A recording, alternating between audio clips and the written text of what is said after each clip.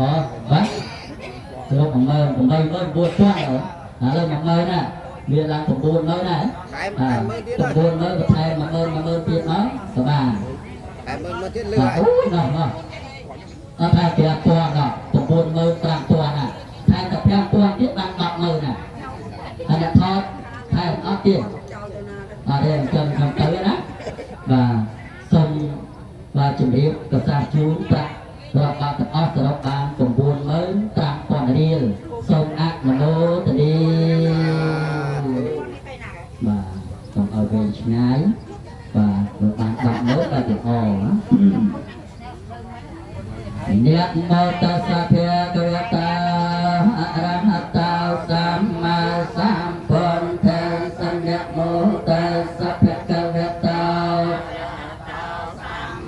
សម្ពុទ្ធេសអ្នកមោតសភៈកវតាអរហតោសម្មាសម្ពុទ្ធេសាងសតុកាជា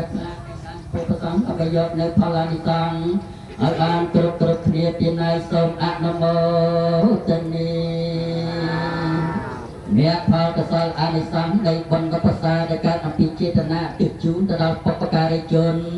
មានមេដាបេតាចដូនតាកុណណាបពេអឹងសុនសៅចែកចាក់ទីនេះគូកិនរតនកាលីលោកនេះទៅលោកមកបរិជន1000ទៅរួតជាលោកជាលាសូមអនុមោទនាចំពោះបុណ្យកសលដែលយើងខ្ញុំបានបំពេញក្នុងឱកាសនេះសូមឲ្យបាននៅសេចក្តីសុខចម្រើនរួចចាកផុតទុក្ខទីបំផុតនៃជាតិអនុមោទនា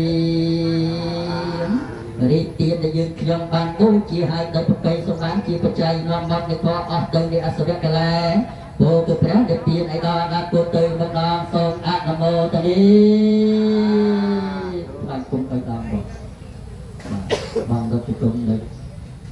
សំភារៈប្រកេនបងលើកបាក់មុខនេះលើកបាក់លើកទាំងអស់គ្នាតូនកន្លះតូនកំងបាទត្រូវកាន់ដៃទៅដាក់បងទៅពីនៅកណ្ដាលបងលើកបាក់មកបាទខិតមកមុខតិចបងខិតមកមុខតិចបាទឲ្យជាគេថតលើកឲ្យផុតតិចមកបងកន្លះដកខ្លួននេះបងតែខ្លួនណាតា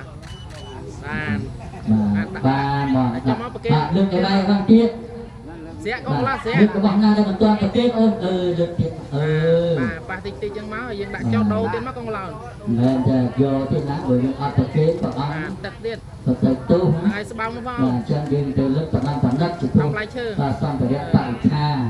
បាទផ្លែផល្លាដែលយើងបានប្រកេនដល់បងបច្ច័យ